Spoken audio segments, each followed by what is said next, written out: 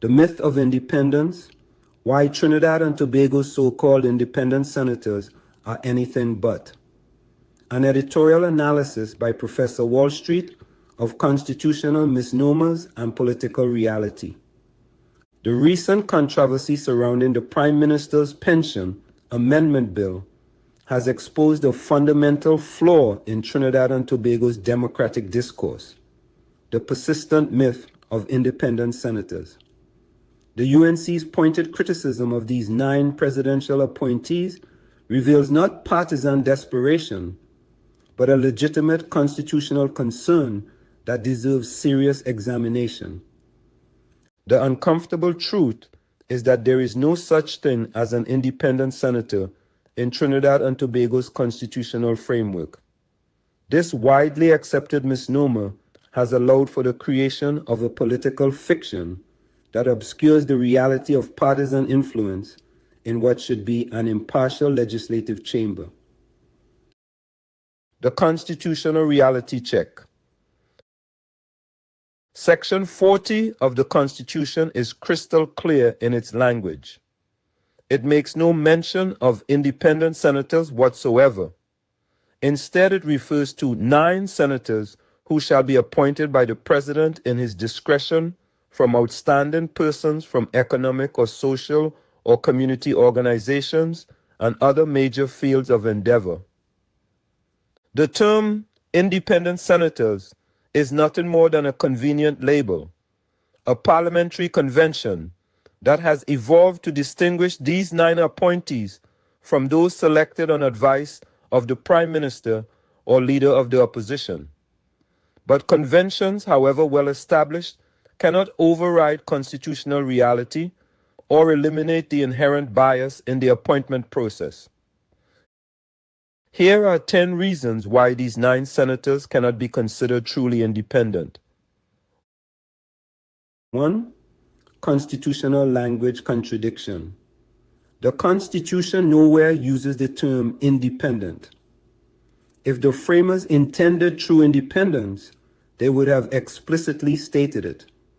The absence of this terminology suggests a different intention: presidential discretion, not independence from political influence. 2. Partisan presidential appointment.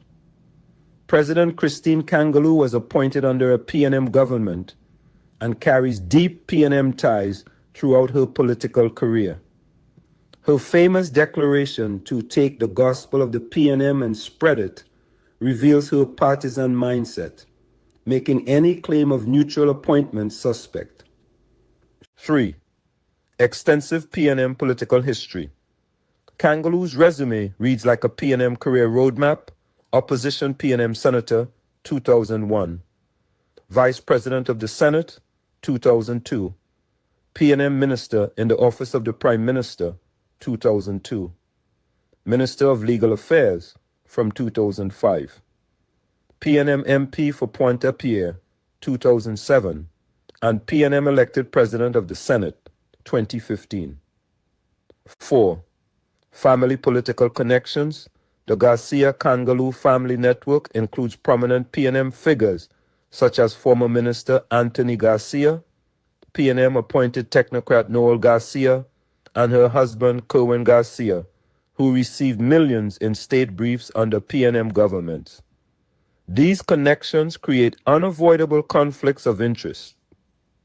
5. Geographic bias.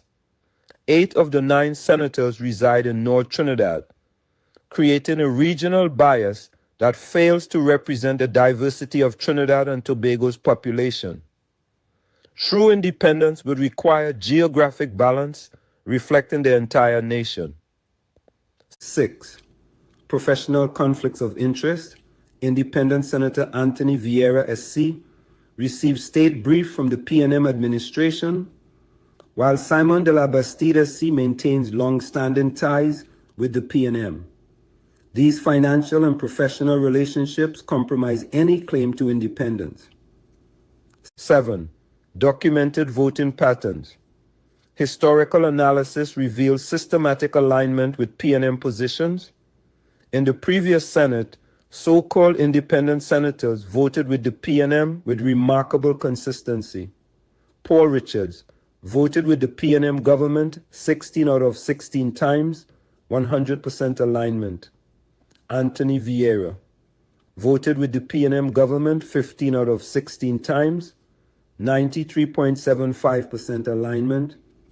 Shari Prasad voted with the PNM government 15 out of 16 times, 93.75% alignment. This unanimity defies statistical probability of truly independent decision-making. 8. Coordinated opposition behavior. During the recent Children's Life Fund debate, all 9 senators aligned with the PNM to create 15 ties on 3 occasions. This coordination suggests prearranged positioning rather than independent judgment on individual issues.